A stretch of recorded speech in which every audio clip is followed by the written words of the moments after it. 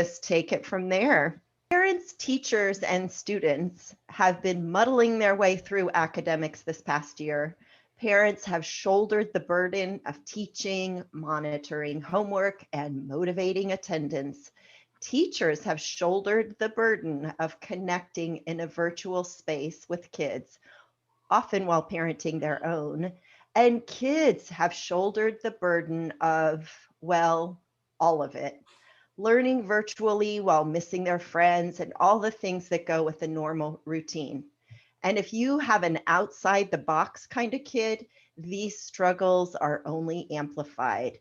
Our guest today says, if you want to help a kid who is struggling with homework, grades, procrastination, underachievement, time management, and motivation, then you have to understand one thing and one thing only, and that's executive function. Welcome, Seth Perler. It is so good to be here. I'm excited. Good morning. Great to be here with you. I love that you call yourself a renegade teacher turned executive function coach. Thank you. Start out by telling our listeners, what is executive function? Great. Well, first of all, before I start out with that, I really do like to take time to acknowledge people. And I want to thank you because you guys doing this podcast, it doesn't just happen. There's a lot that goes on behind the scenes. There was a lot of inspiration that got you started, that saying, we want to do this thing, put this thing into the world. We don't know how to do this. We'll figure it out. And Oh, right. yeah. And Yes. there's so much, and then we don't know how to use the mics or the tech or the this or the that. And so just acknowledging how much heart and time and energy and love goes into something like this, and just thank you for putting something into the world like this that helps people. So thank you guys. I appreciate Aw, back at you, Seth. Right? Janet and I are getting teary over here. Well, this is this is no small thing that you've chosen to take on. So, and you want me to define executive function?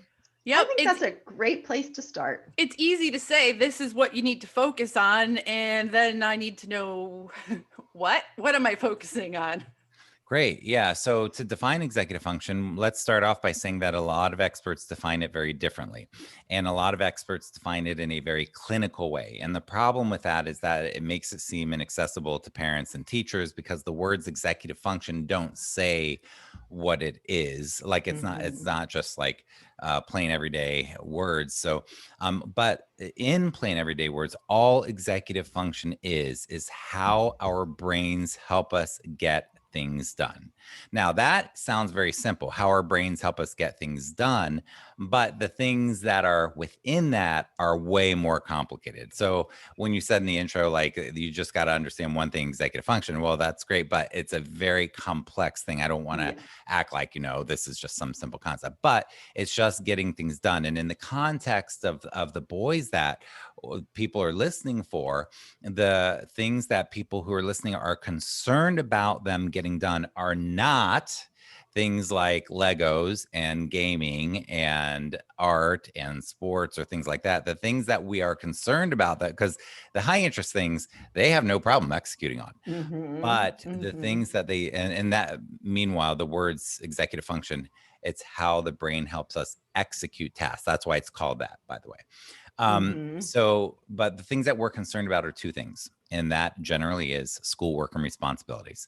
Those are two very broad categories, but I like to use those because it puts it into context for everybody listening. So let's recap that. Executive function means how the brain helps us to execute important tasks. Non-preferred activities are what we're concerned about, and in particular, schoolwork and responsibilities. Why do we care about schoolwork and responsibilities?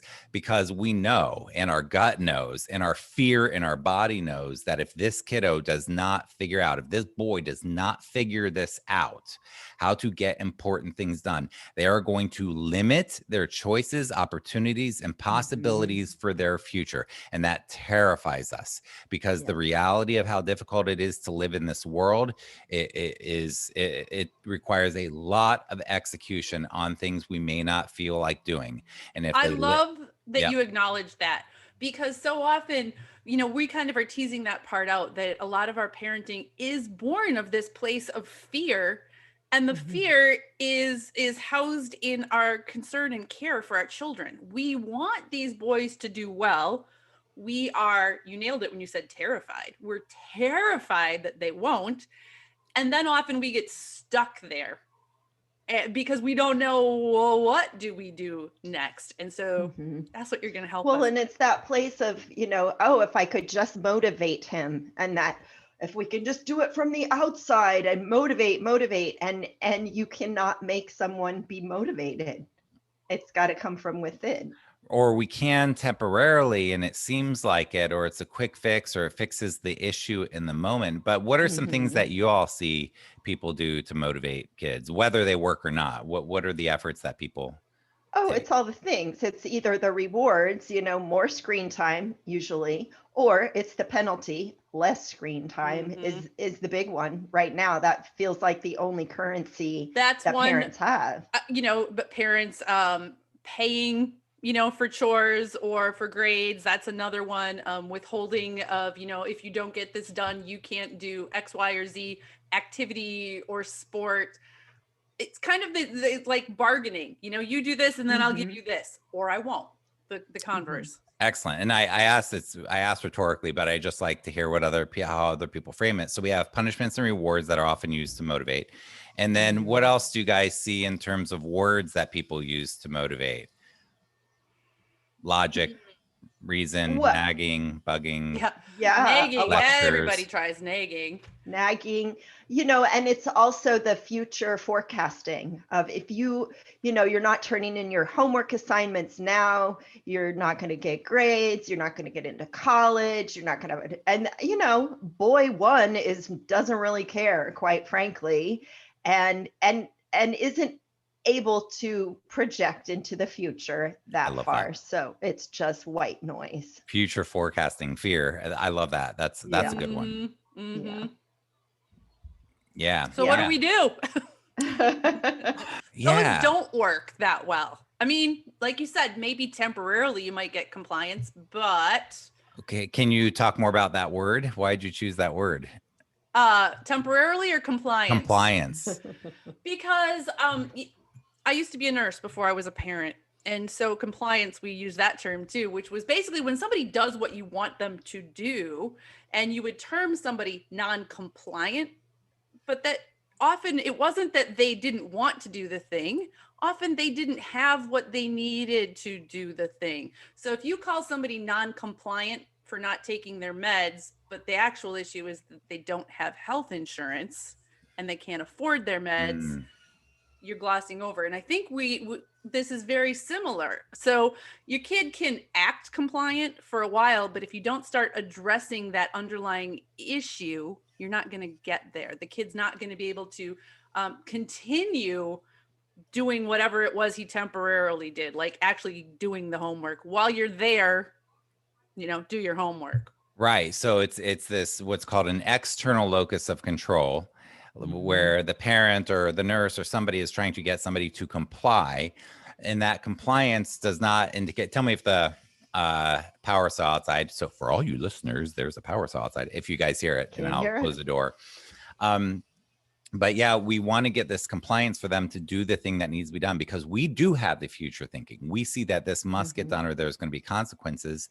And so we want the compliance, but then we need to back up to, well, I don't necessarily need to back up at this part in the conversation, but we need to really ask ourselves, why are they doing this thing? And it's usually because they're told to by the teacher or by whatever to jump through the hoop. So on the one hand, we're like, yes, our kid needs to figure out how to do things that they don't feel like doing, because no matter what they do in life, they will have to do that.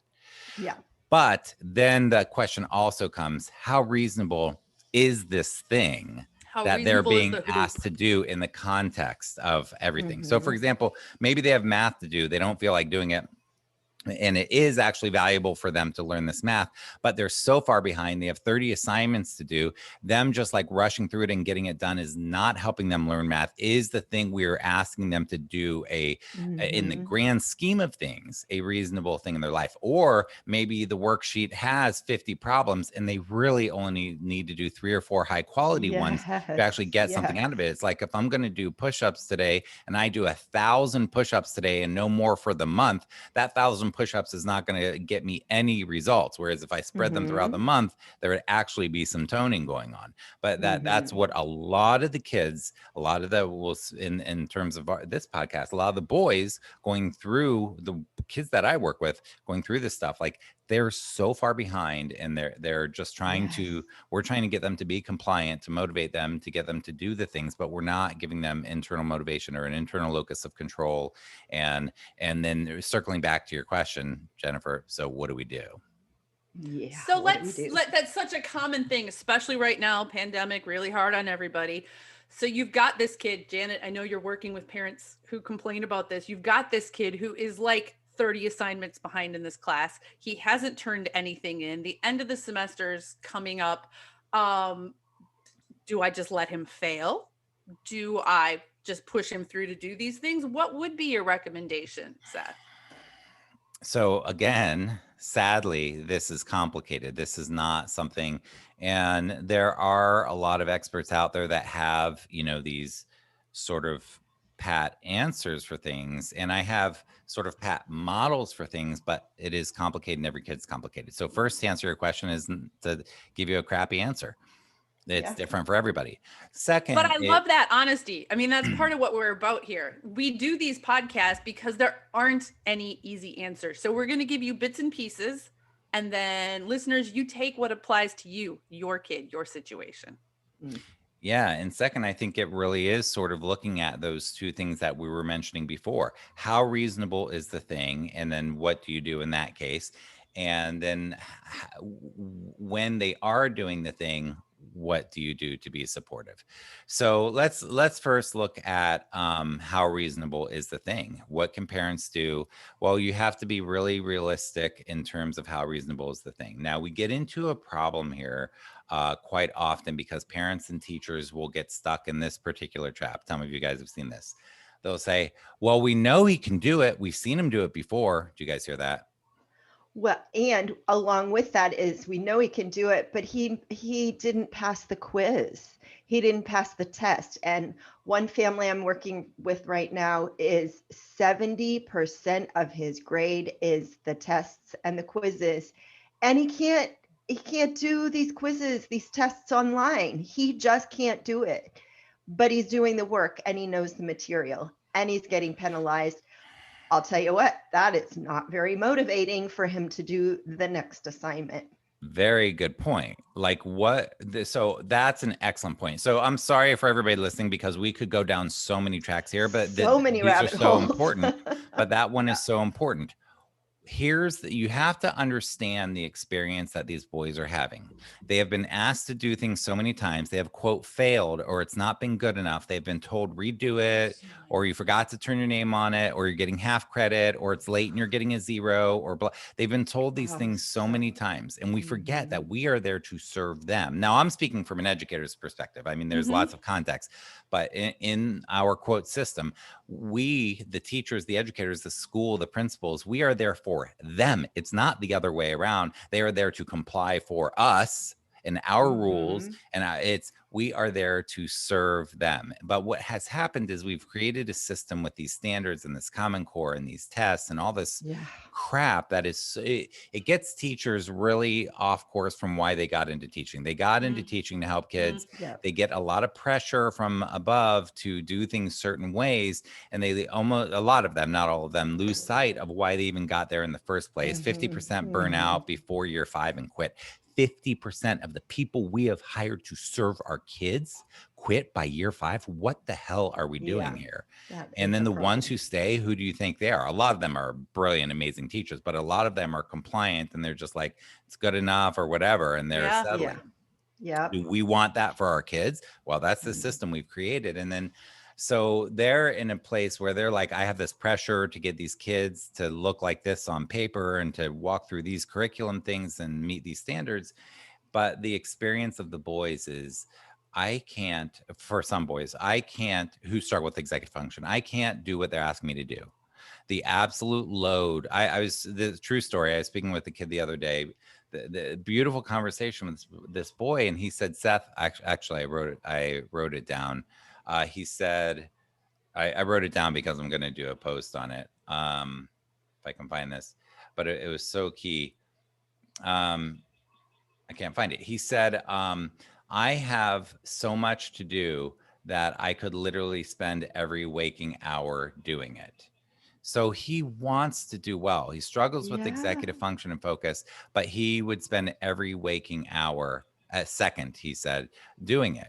So where is the time to be a boy and to experience life? And then when you do it, you're told it's not good enough. So he had a teacher accuse him of cheating last week. He's like, I didn't cheat. He's like, actually, I worked so hard on it to do it perfectly, and I spent so much time on this. And then he accused me of cheating. So it's demoralizing. Like, it's where, just demoralizing. so you have to, when we're looking at what's reasonable, we really do have to. And when we say things like, well, I know you can do it, I've seen you do it before. Well, maybe they can do the cognitive work. And maybe when you've seen them do before, all the stars were aligned, they had good sleep, they didn't have social issues that particular day, they didn't have parent issues that particular day, they didn't have a big pimple that was making them feel completely insecure that particular, like things we don't even think about, that were, you know, that was going on that day. But with executive function, this day that they're not doing it, they don't have also the executive function massive skill set to do this. So, and now let's get a little bit deeper with that, and I'll stay on topic here, but with executive function skills, let's say, how do we get them to do the thing? And we know they can do it. Well, executive function has to do with planning. Maybe they didn't plan their time well, didn't manage their time well. It also has to do with emotional regulation. Maybe they're dysregulated and they don't have tools to re-regulate themselves, and they're not in the prefrontal cortex, the front part of the brain that helps them to execute, because they're in the amygdala and the fight, flight, or freeze, and their body is in anxiety, and they can't even, you know, get to a place where they can think clearly, yet they're expected to perform. I had a kid tell me last week that they were, this was a girl, but she said that she was in an online class and she started to have a panic attack or an anxiety attack, or didn't know if it was one, and felt like they couldn't leave the class. Can you imagine being in an online class? You're required to be visible on the thing, and you're starting to have an anxiety attack and you can't take care of yourself. What kind of a, but teachers would never know that, but it just shows some of the, just the, again, we're talking about how do we get them to do the thing? Well, first we have to really be asking, is the thing reasonable? Is it reasonable from their lens? What are we asking them to do? Why are we asking them to do? Are we setting them up to have an experience of success or failure? What's it going to feel like if they do that? We want them to feel like they accomplished something, like they learned something, like it was valuable. But clearly we're seeing a lot of experiences where they're like, why do I have to do this? This is stupid. This makes no sense. I keep trying. Nobody sees how hard I try, like all these things. So we have sort of that aspect of it. So let's put that on one side, you know, how do we get them to do the thing? First, let's examine the thing very realistically from all sorts of angles, and let's ask the boy, and let's listen, and let's ask them more and more and more, not just a surface question. I mean, a in-depth conversation where they do 90% of the talking and we do 90% of the listening, and we do 10% of the talking. One of the things that I have done as a parent of boys who had that missing assignment list growing pretty damn long that I was getting, when I talked to them, a lot of the assignments they were missing were I'm going to say it. Sorry, teachers. They were stupid ones. They were like stupid little 5-point homework things. And my son had already calculated. He's like, I can skip all of these. And if I do okay on the test, who cares? Why am I going to waste all my time for 5 points? And when he explained it to me, I'm like, that makes perfect sense. Makes sense. Skip them. Skip them. So sense. that listening and deciding and realizing what is reasonable for your child in conjunction with your child, and then giving yourself and your child permission to let some of it go, can be incredibly freeing and create space for you to then work on the other things. Right. And then let's look on working on the things we do choose to work on. So now we have a realistic view. We're going to say, yeah, well, you know, you got to pick your battles. Here are the battles we are going to pick, but we are consciously doing it mindfully with intention right now. Yeah. And we've really looked at the battles we're going to pick. And so let's take your example there with you know, the assignments that just, you really look at them and you do not find legitimate value in them, or legitimate enough. There may be value in doing the things, but it's just like, given the time and them failing or not. Obviously your kid's perspective is perfect. I mean, you and I, we would, as adults, if we were looking at, you know, this system, whether it's somebody we pay bills to every month or whatever, they want us to jump through certain hoops, the IRS or whatever. Don't get me wrong, I'm not saying cheat on your taxes, but you have to, that's an example we have to, that makes my head spin, where you have to jump through a million hoops. And what how do you figure that out? But anyhow, so we have this massive list of things to do for your kid to do. Now, the first one, not the first thing, but one thing in like a situation like that, you got a million things, is advocating to the teacher. Now, if you have a middle or high schooler, they're not going to want you to email the teacher. Most boys will say, my teacher doesn't like it when you email them, blah, blah, whatever. But you need clarity, and you can email. I'm just going to be real quick on advocacy, but you can email a teacher and say something like, hey, please don't tell my kid this. They're stressed enough already. Don't tell them I'm emailing you. Just give me some clarity. I need some clarity. What the hell's going on? When do you post your grades? Where do you post your grades? I'm confused. It seems like, you know, a bunch of time goes on, then you enter a bunch of them. They have a bunch of zeros, and then I can't support my kid. And where are you posting the work? And when we find where you post the work, there aren't enough details for us to sift through it. And I can't rely on my kid to tell me the details. Help me here. So first of all, advocate. Like, be the squeaky wheel. Do not give up. Be a pain in the butt. CC other teachers, counselors, or admin if it's a teacher. Now, most teachers are amazing and care about your boys. Most. But there are those ones, it's not that they don't care, but there are those ones that are set in their ways that really don't get it. And that think that, oh, and especially now in the pandemic times, like it is, I could really cuss right now. It is just absurd what's happening with the expectations not changing. And I will tell you something that's on my mind right now is, this is one of the best times ever to not take standardized tests. And I don't know what's going to happen with all that, but it's like, on top of everything, you're going to evaluate kids who just went through this.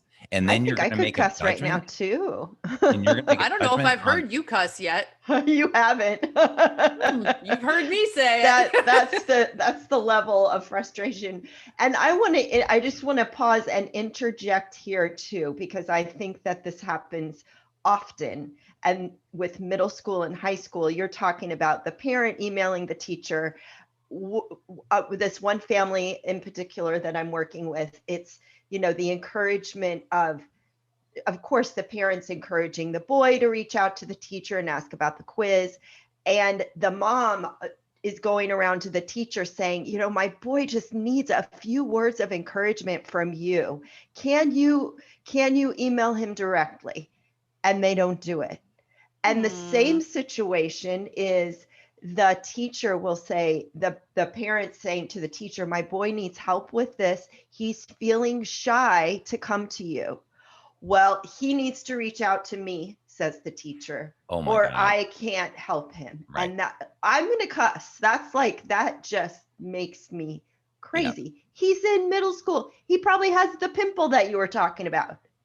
And he doesn't have the capability to approach an adult. And these are teachers he's actually never met in person. And he's never met him in person. Oh yeah, that too this year. Oh, baby, I'll settle down now. Go ahead, Seth. So yeah, so to put that in a smaller box, it's advocacy, whether it's parents, whether Yeah. it's the kid advocating for themselves. Obviously, we want the kid to advocate for themselves, but they don't have the skills yet. So these are complex skills that they need to learn also. And in an ideal world, the kid's able to advocate and be like, look, you're serving me, like not in a Right. Yeah. condescending way, but in a confident way. Mhm. But they don't have that story. No. But ideally, they'd be like, look, you're serving me. I need help here. Get off your high horse. Let's figure this out. What can you do to help me? Like that's sort of the ideal. That would be great, you know. Mhm. Um, but that takes understanding the whole frame, like them having a frame like that, them having the skills of doing it, them having the confidence to do, you know, blah blah. But and then the parents advocating, yeah, to ask for that. And I do, again, I want to give so much kudos to teachers. What teachers are going through is Oh my incredible, gosh. and Yes. most teachers are amazing. Most teachers are Mhm. amazing, but the ones who do that in a condescending way and who don't get it and who have that contemptuous tone, I mean, that even the slightest bit of that, the kids feel it so deep, and it is Yep. so Yeah. not appropriate, and it is so common, it's disgusting. But most teachers, I just want to really plug them. Like, we really want to approach them with, hey, we're on the same team, give you the benefit of the doubt. You probably didn't know how much time and energy this was taking or what our family is going through. I don't need to tell you everything our family is going through because we have a private life, but you do need to know that we are going through some stuff here, and our kid cannot do even what's being asked. So help us here. Like, do you, like, if they don't do all this stuff, they're going to fail. And it makes sense for my kid to do nothing else in your class this semester. And Yeah. if we have that fact, we're going to not make them do anything for your class. So Mm-hmm. like, why Mhm. would we? Like, why wouldn't we have them put their energy towards classes they can be successful in? If they're going to, like, Yeah. you got to really think these things through, parents. So there's advocacy. Now, let's say Mhm. that, you know, you're getting some support and your kid really does need to do some stuff and they are not motivated, and they're maybe not even going to be motivated. Then how do we help them? Okay. And this is kind of where we'll probably start wrapping up and moving towards this stuff. And this is sort of in my model. Now, the advocacy is actually part of this model, but I wanted to start there. What I do when I'm helping people, boys, but anybody with executive function stuff, the people who come to me are parents of kids who are struggling in school. They go through this pattern every semester where everything falls apart. Then they try to clean everything up at the end of the semester and deal with all the missings and late work and zeros and incompletes and all this stuff. And it's a pattern year after year after year, and it doesn't fix itself. The thing is that, you know, the kids will be like, oh, this year's different. I've turned over a new leaf, blah, blah, blah. That happens maybe once in 1,000 times. It's just not. Right. Usually what happens is they start off like that because they really do want to be It independent. lasts for a week, maybe two. Lasts for a couple It's weeks. our New Year's resolutions. It's that, Yep. Yeah. we're going to get toned Yep. and fit this year. It's the same thing. It's the same thing. And it really is the same thing. And I won't go into the metaphor about that, but it really is the same type of thing. And um, they, and then things start to fall apart. So the pattern is there. Mhm. Now, like I said, it won't fix itself. It won't fix itself. It won't fix itself. So what do? You need three things. Now, this is just Seth's talk. You could look up a million people, find tons of people Mhm. with great models. This is just the way I articulate it. But if you want to help your child, I will tell you that this is what I do professionally, and this is where my heart is. So you can trust what I'm about to say. So this is a model that will work for you. Basically, there are three things that these boys need if they're going to, quote, turn the corner. So I want to get people from point A to point B. Point A is they're struggling with executive function. They don't have the skills. They're going through this pattern all the time over and over and over. Point B is they've turned a corner. It is not perfect. There are plenty of issues still, but they've turned a corner. What corner have they turned? They've turned a corner where you, the parent, you go, this kid's going to be okay. Yeah. They've got it good enough. It's not perfect, but it's good enough. We have turned a corner. That sigh of relief is now, unless you're a super anxious person and you have your own anxiety to work with, but that when you get to that, aside from that, when you get to that sigh of relief, you know that your kids turn that corner. You know they're at that point B, and that's where we want to get. That may take Mhm. a semester. That may take years. We have to be realistic. This is not go to this tutoring center or go to Seth and go listen to a bunch of podcasts or this or that, and we'll turn the corner. This is investment in your child, your time, your energy, your heart, your money, and whatever it takes to get to that point B. So you want to get from that point A to point B. 3 things. Thank you, Jen. Jen is like, she's on it. She's on it. Good executive function. So 3 things: systems, mindsets, habits, and routines. That sounds like 2, but I lump them together. Systems, mindsets, habits, and routines. I'm actually going to start with mindsets. The mindset that our kids are really struggling with is the resistance mindset. If you know Stephen Pressfield, but I talk about the resistance. What do these kids resist? Using planners, advocating, being honest with their parents, starting their homework, following through with their homework, finishing their homework, putting their name on their homework, checking their homework, putting effort into their homework, doing high quality work. They resist letting the teacher help them. They resist. The problem is resistance. That's a mindset. The mindset is, and the reason I call it a mindset is this is too hard. This is too frustrating. This isn't worth my time, my effort. What mindset do we want? Hey, this is actually good for my life. I may not like the teacher or the class or all the content, but I can do this. I can handle this. If I don't wait till the last minute, I actually can do things early. I actually don't have to put 100% effort into everything. I can go for the D sometimes and find out I'll actually get a C or a B when I go for the D. This is something that I teach a lot. And I can just turn the stupid thing in. So Jen, when you were talking about your list at the beginning, one of the strategies I probably would use is, well, maybe we can get done 5 or 10 of the 30 and just get them half-assed, because you'll probably get a 70 anyway. Like just spend it, but anyhow, it depends on the teacher and the gravity of the assignments. But so the mindset is, it's Carol Dweck's, I can. Growth mindset. I can do this. I can get something out of this. Let's not stay in analysis paralysis resistance land. So mindset, you have to work with the mindset. If you're just a slave driver, a taskmaster, and you're your kid's executive function, just get it done. Punishment, reward, nagging, lecturing, fear, all this stuff, that is not changing a mindset. And part of that too, and Jen and I talk about this a lot, is that boys feel shame and embarrassment so deeply. And that's part of this whole mindset area that needs to be looked at too. And if you want to hear what I think about shame, look at my post from last week. Shame is in the title, and it explores we'll put a that link in the show notes. Yep. Awesome. So I don't have time to get into that, but it is massive. And massive. I'm glad you brought that up. So now we got systems. Well, there are a finite number of systems that these kids have to be successful. Now, kids with good executive function naturally pick up on the systems. It seems like through osmosis. It's not, because they've actually been learning it for years, but nobody has done what's called direct instruction. So in school, teachers do what's called direct instruction. Like, I'm going to directly teach you how to do long division, let's say. Well, we don't directly teach executive function skills. So the kids who pick up on it, and these ones, it goes in one ear and out the other. And for years, they haven't practiced these very important skills. Yeah. So these systems are system of planning, planners, calendars, daily planning, blah, blah. A system of organizing your backpack, your folders, your locker, your desk, your stuff. A system of starting your homework, having a place to study. Things like this. A system of knowing how to filter out things through your head to be able to advocate. What methods do you use? Where do you start? So these are all systems. So we need mindsets, then we need systems, and then we need habits and routines. So if this again goes to, I know you can do it, I've seen you do it. Well, they don't have the habit and routine of doing it. Right. The system is not gelled. The mindset's not there at the moment.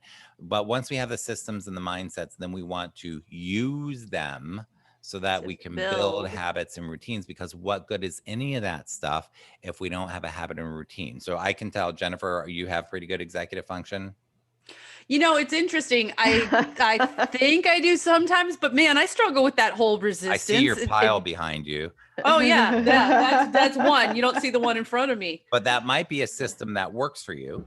That's the stuff I don't need right now. Well, there's your planner. I got Yeah. my planner, man. I've And it got is my still planner under my microphone right now. It's still paper and pencil, because I tell you what, too, for our boys, this like online, like scheduling online, like everything is less tangible for Yeah. them. Yeah. Oh, so hard. So paper and pencil.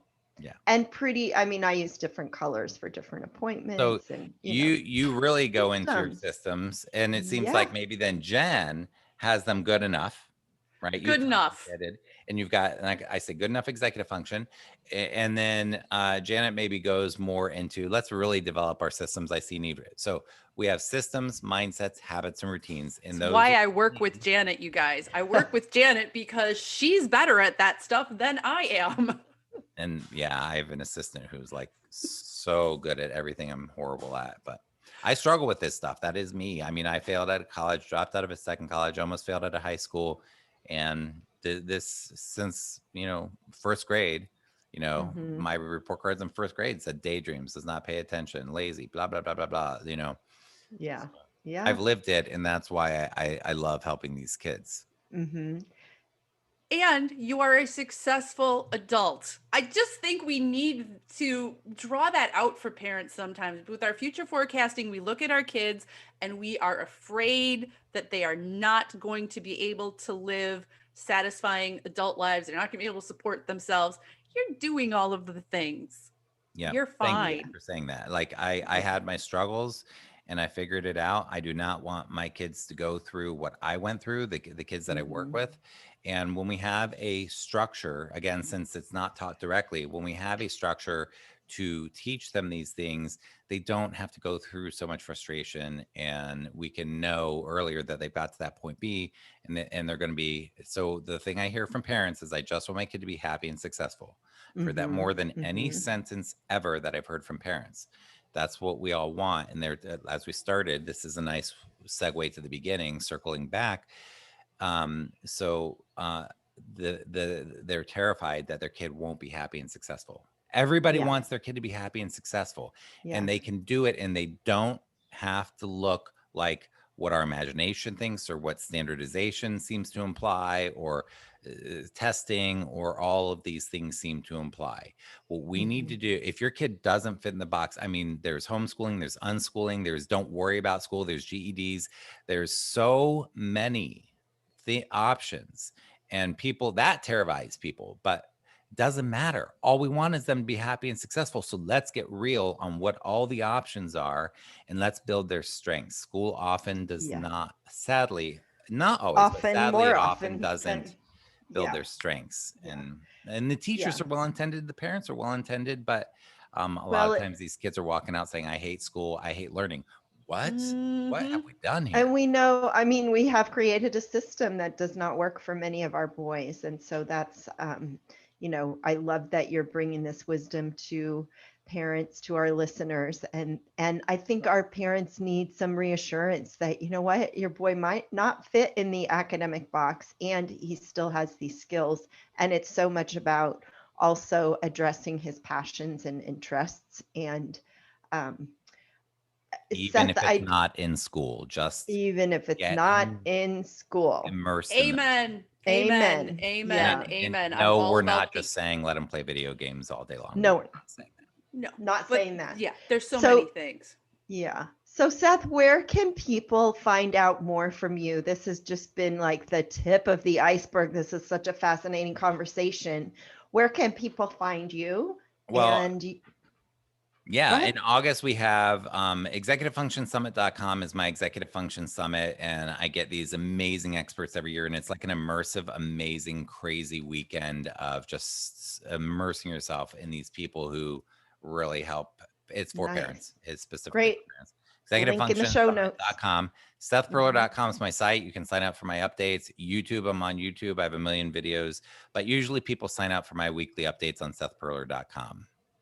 Awesome. Every week I put something out into the world to be of service to people. That is so great. And thank you so much for all of that service to the world. I think we all have our hearts are in that same place of just like reaching out and reassuring parents it's all going to be okay. And parents take that sigh. Seth did such a great sigh. It's like, take that sigh of relief and share it with your children. Is that it?